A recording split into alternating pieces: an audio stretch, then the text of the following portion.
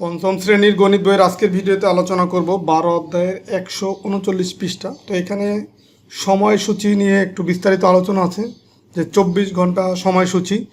তো আমরা নর্মালি ঘড়িতে যে সময়টা দেখি সেটা দেখো এই যে এইভাবে দেখি যে এই দুইটা ক্লোনের আগে পরে থাকে কিছু মান। তো এই আগের যে সময় এটাকে বলা হয় ঘন্টা, আর পরের যে সময়, যে ক্লোনের পরের যে সময়, এটাকে বলা হয় মিনিট। তো এখন এই যে এখানে আরেকটু দেখো বিস্তারিত লেখা আছে, 24 ঘন্টার সময়সূচিতে রাত 12টার পর থেকে পরদিন 12টা পর্যন্ত 24 ঘন্টার সময়কে একদিন ধরা হয়। মানে ধরো রাত্রের 12টা থেকে শুরু করে আবার পরের দিন রাত 12টার আগ পর্যন্ত, মানে 12টা পর্যন্ত যে সময়, এই টোটাল 24 ঘন্টার সময়কে একদিন ধরা হয়। তো 24 ঘন্টার সময়সূচিতে ঘন্টা ও মিনিটকে 2 অঙ্কে প্রকাশ করা হয়। এই ঘন্টা এবং মিনিটকে 2 অঙ্কে প্রকাশ করা হয়। 2 অঙ্ক বলতে এই যে দেখো এখানে এই 3 একটা অঙ্ক, 2 আর একটা অঙ্ক, মানে 2টা অঙ্ক। আবার ক্লোনের পরের যেটা অঙ্ক, এখানেও দেখো এই 5 আর 9 2টা অঙ্ক। তো এই ঘন্টা এবং মিনিটকে 2 অঙ্কে প্রকাশ করা হয় এবং মাঝখানে দেওয়া হয় কি ক্লোন। এটা হচ্ছে নর্মালি আমরা যে ডিজিটাল যে ঘড়িগুলো আছে, যেখানে তোমার এই সংখ্যা উঠে সেগুলো, মানে কাটা ছাড়া যে ঘড়ি, ডিজিটাল ক্লক। তো এইখানে এইভাবে এই প্যাটার্নে লেখা থাকে যে ক্লোনের আগে থাকবে 2 অঙ্ক, পরে 2 অঙ্ক। আগের সময়টাকে বলা হয় ঘন্টা, পরের সময়টাকে বলা হয় মিনিট। তো আমরা কোন সময়ে কোন কাজ করি তা শ্রেণীকক্ষে সহপাঠীদের সাথে আলোচনা করি। যেমন কাজ করা বলতে কি, আমি যে কখন ঘুম থেকে উঠি, কখন খেতে যাই, কখন বা ঘুমাতে যাই কখন, এই যে এইগুলা আলোচনা, এটা আর কি।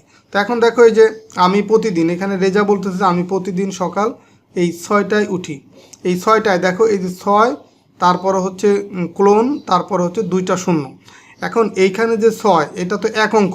তো এখানে 6 আসলে তো 6 প্রকাশ করার জন্য 2 অঙ্ক প্রয়োজন নেই, এই কারণে 1 অঙ্ক দিছে। আবার অনেক সময় 6-এর আগে এরকমও লেখা যায় যে 0-6, তারপরে ক্লোন 0-0, এভাবেও লেখা যায়। তাহলে দেখো এখানেও 2 অঙ্ক হলো, এখানেও 2 অঙ্ক হলো।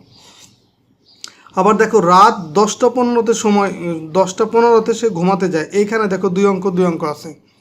আবার এই মিনা বলতেছে যে আমি 1টা 15তে দুপুরের খাবার খাই এবং রাত 8টা 40-এ রাতের খাবার খাই। তো এখন দেখো এইখানেও 1 অঙ্ক আছে, তার মানে এখানে একটা আমরা শূন্য দিতে পারি, আবার 8-এর আগে একটা শূন্য দিতে পারি, বা শূন্য না দিলেও, যেহেতু 1 থেকে 9 পর্যন্ত যে সময়টা, সেটা কিন্তু ঘন্টা হলেও একটা অঙ্ক দিয়ে সেটা প্রকাশ করা যায়, কারণে ওইখানে 1 অঙ্ক দিছে।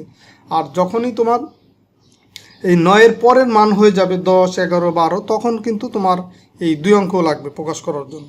তো এখানে আরেকটা বিষয় আছে যে সময় হচ্ছে আমরা 12 ঘন্টা প্যাটার্নেও প্রকাশ করতে পারি, আবার 24 ঘন্টার এই প্যাটার্নেও প্রকাশ করতে পারি। যেমন ধরো এই রাত্রে যখন 12টা থেকে 12টার পরের যে সময়, ধরো 1টার পরের সময় 2টা, এইভাবে করে দেখা গেল যে দুপুর 12টা পর্যন্ত হয়ে গেল। তো এই যে দেখো এই রাত এই 12টার পর থেকে এই যে শুরু হলো 1টা 2টা 3টা 4টা, এইভাবে দুপুর 12টা পর্যন্ত হলো।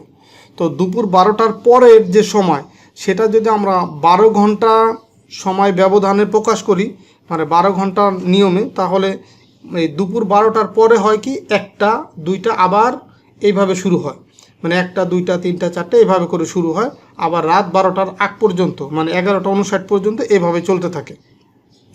আর রাত 12টায় আবার 0 হয়ে যাবে বা শূন্য হয়ে যাবে। আর যদি আমরা 24 ঘন্টা হিসাবে প্রকাশ করি, এটা হচ্ছে আন্তর্জাতিক নিয়ম, যে 24 ঘন্টা, এটা হচ্ছে আন্তর্জাতিক নিয়ম বা ইন্টারন্যাশনাল নিয়ম। তো এইটার ক্ষেত্রে আমরা দেখো রাত 12টার পর থেকে 1 2 3 এইভাবে করে দুপুর 12টা পর্যন্ত, ঠিক আছে, 12টা পর্যন্ত আসবে, এই যে 12টা পর্যন্ত আসলো। এরপরে এই আমরা যেটা ধরো যে দুপুরে 1টা বলতেছি, ওইটা হবে কি, ওইটা হবে 12টার সাথে আরও 1 যোগ করে 13, তারপরে 14, এইভাবে করে যেতে থাকবে। তার মানে কি, এই 14 মানে কি দুপুর 2টা, আবার 15 মানে কি দুপুর 3টা, এইভাবে করে যেতে থাকবে। মানে এই 11 12-র পরে 1 থেকে শুরু হবে না, 12-র পরে 13 14 15 এইভাবে করে তোমার এই 23টা 59 পর্যন্ত যেতে থাকবে। আবার যখন 24 হয়ে যাবে, মানে 24 হয়ে যাওয়া মানে 0, আবার সে যে এখানে আসবে। তো এইভাবে করে চলতে থাকে।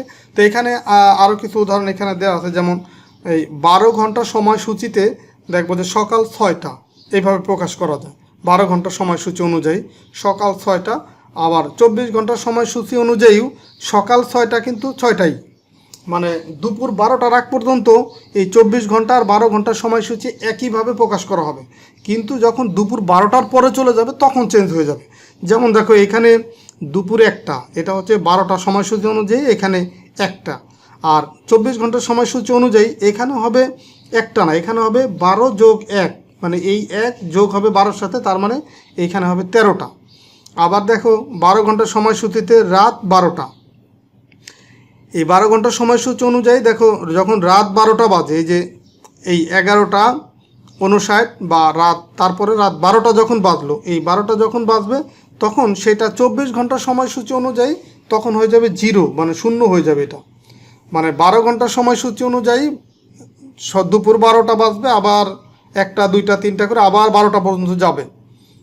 আর 24 ঘন্টার সময়সূচি অনুযায়ী রাত 12টাকে প্রকাশ করা হয় শূন্য দিয়ে, মানে ক্লোনের আগে 2টা শূন্য, পরে 2টা শূন্য। তো এইভাবে করে সময়সূচিগুলো প্রকাশ করা হয়। আর এইখানে আরেকটা বিষয় আছে যে পূর্বাহ্ন এবং অপরাহ্ন, এই যে একটা টাইম আছে। যেমন এই 12 ঘন্টার সময়সূচিতে যখন আমরা দুপুর 12টা পর্যন্ত যাব, মানে রাত্র 12টার পর থেকে, মানে 1টা 2টা 3টা করে এবং দুপুর 12টা পর্যন্ত যাব, এই সময়টাকে বলা হয় পূর্বাহ্ন। এটা হচ্ছে 12 ঘন্টার সময়সূচিতে এটা লেখা থাকে। আবার দেখা যায় যে 12টার পর থেকে যে সময়টা 1টা 2টা 3টা এইভাবে করে যে রাত্রে 12টা পর্যন্ত যাবে, এটাকে বলা হয় অপরাহ্ন। এটাকে কি বলা হয়? অপরাহ্ন। তো আমরা এটা সম্পর্কে আরও বিস্তারিত পরের পৃষ্ঠার আছে আলোচনা, সেটা দেখব। যেমন এখানে যেমন সকাল 6টা বলছে এখানে, তো এখানে সকাল 6টা না বলে এখানে আমরা পূর্বাহ্ন 6টা বলতে পারি। বা এই যে দুপুর 1টা বলছে, এই দুপুর 1টাকে আমরা বলতে পারি অপরাহ্ন 1টা, মানে অপরাহ্ন বলতেই বোঝাবে দুপুর 12টার পরের যে সময়, আর পূর্বাহ্ন বলতে বোঝাবে দুপুর 12টার আগের যে সময়। এইভাবে করে তোমার এইগুলো আইডেন্টিফাই করা হয় বা বোঝা হয়। তো ঠিক আছে, আমরা পরের পৃষ্ঠায় এগুলো সম্পর্কে আরও বিস্তারিত আলোচনা করব। তো ঠিক আছে, সবাই ভালো থাকো, সুস্থ থাকো, আর পরবর্তী ভিডিওতে দেখার জন্য আমন্ত্রণ রইল। আল্লাহ হাফিজ।